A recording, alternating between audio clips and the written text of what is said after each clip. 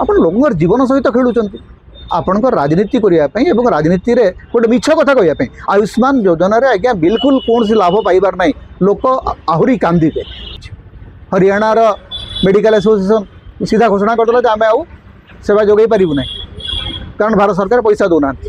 ଆପଣ ସିଧାସଳଖ ମହରଗରୁ ଆସିକରି ଓଡ଼ିଶାବାସୀଙ୍କୁ କାନ୍ତାରରେ ପକାଇଦେଲେ। ଏପର୍ଯ୍ୟନ୍ତ ଗୋଟେ ତାର ଟେକ୍ନୋଲୋଜିକାଲ ସିଷ୍ଟମଟାକୁ ଡେଭଲପ୍ କରିନାହାନ୍ତି। OTP ଆସୁନାହିଁ। ଆପଣ କହୁଛନ୍ତି ମାସେ ପର୍ଯ୍ୟନ୍ତ ଏ ଚାଲିବ। ଆଜ୍ଞା ମାସେ ପରେ ରୋଲ୍ ଆଉଟ୍ କଲେ ନାହିଁ। BSPI ତ ବନ୍ଦ ହେଇଗଲା। ବର୍ତ୍ତମାନ ଆୟୁଷ୍ମାନ କାର୍ଡ ତାକୁ ଘରୋଇ ଡାକ୍ତରମାନେ ବିରୋଧ କଲେଣି ଏବଂ 700 କୋଟିରୁ ଉର୍ଦ୍ଧ୍ୱ ଟଙ୍କା ବକେୟା ଥିବାରୁ ସେମାନେ ମଧ୍ୟ ଏ କାର୍ଡରେ ସୁବିଧା ଦେବା ପାଇଁ ମନା କରିସାରିଲେଣି। କ'ଣ କହିବେ? ଦେଖନ୍ତୁ, ଅତି ସ୍ପଷ୍ଟ ଭାବରେ ମୁଁ ଯେଉଁ ଦିନଠୁ ଆୟୁଷ୍ମାନ ଯୋଜନା ଲାଗୁ ହେଲାଣି ଭାରତରେ, ସେହି ଦିନଠୁ ମୁଁ ଗୋଟେ କଥା ଲିଖି ଆସିଛି ଏବଂ କହି ଆସିଛି ଯେ ଆୟୁଷ୍ମାନ ଯୋଜନା ଗରିବଙ୍କୁ ଆଦୌ ସ୍ୱାସ୍ଥ୍ୟ ସୁବିଧା ଦେବା ପାଇଁ ଗୋଟେ ସଠିକ୍ ଯୋଜନା ନୁହେଁ। ଯେତେବେଳେ ଆୟୁଷ୍ମାନ ଯୋଜନା ଆରମ୍ଭ ହେଲା ଏବଂ ତାର ଗୋଟେ ବିକଳ୍ପ ଭାବରେ ଓଡ଼ିଶା ସରକାର ବିଜୁ ସ୍ୱାସ୍ଥ୍ୟ କଲ୍ୟାଣ ଯୋଜନା ଆରମ୍ଭ କଲେ, ସେତେବେଳେ ଆମେ ହିଁ କହିଥିଲୁ, ମୁଁ ବାରମ୍ବାର ଲେଖି ଆସିଛି ଏବଂ ଆଜି ମଧ୍ୟ କହୁଛି ଯେ ବିଜୁ ସ୍ୱାସ୍ଥ୍ୟ କଲ୍ୟାଣ ଯୋଜନା ବହୁ ପରିମାଣରେ ଗୋଟେ ସୁବିଧାଜନକ ଏବଂ ସରଳ ଉପାୟ ଥିଲା।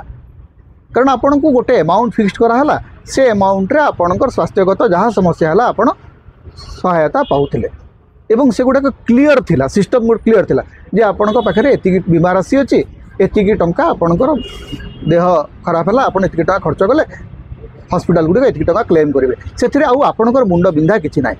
ଆୟୁଷ୍ମାନ ଯୋଜନାରେ ହଜାରେ ପ୍ରକାର କେପିଂ ଅଛି। ଯେଉଁଟା ମାନେ ମୂଳ ପ୍ରଶ୍ନ ଯେଉଁଟା ପଚାରୁଛନ୍ତି ଘରୋଇ ହସ୍ପିଟାଲ ଗୁଡ଼ିକ ଯେ ଆଜ୍ଞା ଷ୍ଟେଣ୍ଟର ମିନିମମ୍ ଖର୍ଚ୍ଚ ହେଉଛି 1.5 ଲକ୍ଷ, ଆୟୁଷ୍ମାନରେ ତାର କେପିଂ ହେଉଛି 75,000, ବାକି 75,000 କିଏ ଦେବ? ଆପଣ ସିଧାସଳଖ ମହରଗରୁ ଆସିକରି ଓଡ଼ିଶାବାସୀଙ୍କୁ କାନ୍ତାରରେ ପକାଇଦେଲେ। ଆଉ କିଛି ରୋଗ ଅଛି ଯେଉଁ ବାବଦରେ ଆୟୁଷ୍ମାନରେ ଖର୍ଚ୍ଚ ମାତ୍ର ନଗଣ୍ୟ, 2,000, 5,000, 10,000 ଟଙ୍କାର କେପିଂ ଅଛି।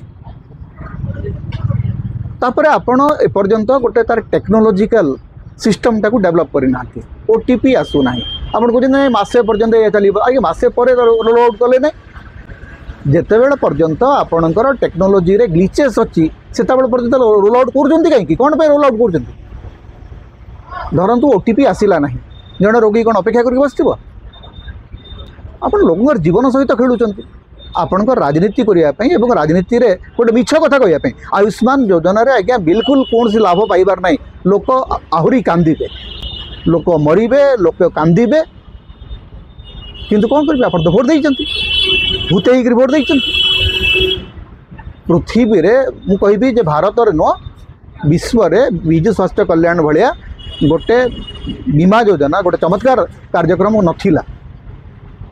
ଏଇଟା this is a crime to scrap that scheme.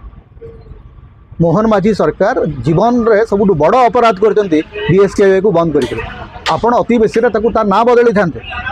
Ayushman ସହିତ ଟ୍ୟାଗ୍ କରିକରି ଆପଣ ରାଜ୍ୟବାସୀଙ୍କର ଜୀବନ ସହିତ ସ୍ୱାସ୍ଥ୍ୟ ସହିତ ଖେଳିଛନ୍ତି ଏବଂ ଓଡ଼ିଶାବାସୀ ଜୀବନରେ ସବୁଠୁ ଅଧିକ ପଶ୍ଚାତ୍ତାପ କରିବେ କେବଳ ଏହି ସ୍ୱାସ୍ଥ୍ୟ କାର୍ଡ଼ ପାଇଁ। ଆୟୁଷ୍ମାନରେ ଆପଣ ଦେଖିବେ ଯେ ଆଗକୁ ଲୋକଙ୍କୁ ନିରନ୍ତର କଷ୍ଟ ସହିବାକୁ ପଡ଼ିବ। ଘରୋଇ ହସ୍ପିଟାଲ ଗୁଡ଼ିକ ପଇସା ପାଇବେ ନାହିଁ, ତେଣୁ ସେମାନେ ସେବା ଦେବେ ନାହିଁ। ଏଇଟା ଓଡ଼ିଶାରେ ହେଇନାହିଁ।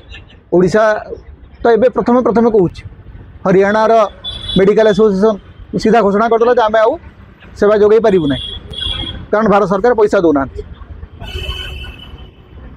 ତେଣୁ ଭାରତ ସରକାର ଆଜ୍ଞା ସବୁ କଥାରେ ମାନେ ପ୍ରଚାର ବଡ଼, ଆଜ୍ଞା ଏଥିରେ ସବୁ ଯାକ ବଢ଼ିଆ ଅଛି, ହେଲେ ଯେତେବେଳେ ଅରିଜିନାଲି ଯେତେବେଳେ ତାକୁ ସାମ୍ନାକୁ ଯିବେ ଦେଖିବେ ଯେ ସବୁଥିରେ ହଜାରେ ପ୍ରକାର ଇଫ୍ସ ଆଣ୍ଡ ବଟ୍ସ ଅଛି। ସେ ଇଫ୍ସ ଆଣ୍ଡ ବଟ୍ସ ଯୋଗୁଁ ହିଁ ସମସ୍ୟା ହେଉଛି। ଏବଂ ଆଉ ଗୋଟେ ବଡ଼ ସମସ୍ୟା ହେଉଛି ଯେ ଆୟୁଷ୍ମାନରେ ଏପର୍ଯ୍ୟନ୍ତ ଆପଣ କେତେ ଟଙ୍କା ବାକି ଅଛି ଜଣାପଡ଼ୁନି। ଆପଣଙ୍କର ବୀମା ରାଶି କେତେ ଯଦି ହସ୍ପିଟାଲ ଜାଣିବ ନାହିଁ, ତାହେଲେ ଆପଣଙ୍କୁ ସ୍ୱାସ୍ଥ୍ୟ ସେବା ସେ ଯୋଗାଇବ କେମିତି? ତେଣୁ ମୋହନ ମାଝୀ ସରକାର କିଛି ବି ଗୋଟେ ପଦକ୍ଷେପ ନେବା ପୂର୍ବରୁ ଗୋଟେ ଫୁଲ୍ ପ୍ରୁଫ୍ ସିଷ୍ଟମ୍ ଡେଭଲପ୍ କରନ୍ତୁ, ତାକୁ ପ୍ରପରଲି ଗୋଟେ ପାଇଲଟ୍ ଯୋଜନା କରନ୍ତୁ, ତାପରେ ଯାଇକରି ପୁରୁଣା ଯୋଜନାକୁ ରିପ୍ଲେସ୍ କରନ୍ତୁ। केवल आसिकी गोटे बाहाबा कर चारिआडे पोस्टर मारी देकरी चारिआडे होर्डिंग मारी देकरी कथा दे कथा रखिले मोहन सरकार आज्ञा कथा देकरी कथा तो रखी से कथा रखा जाकरी आम लोक जीवन सहित आप खेलुं।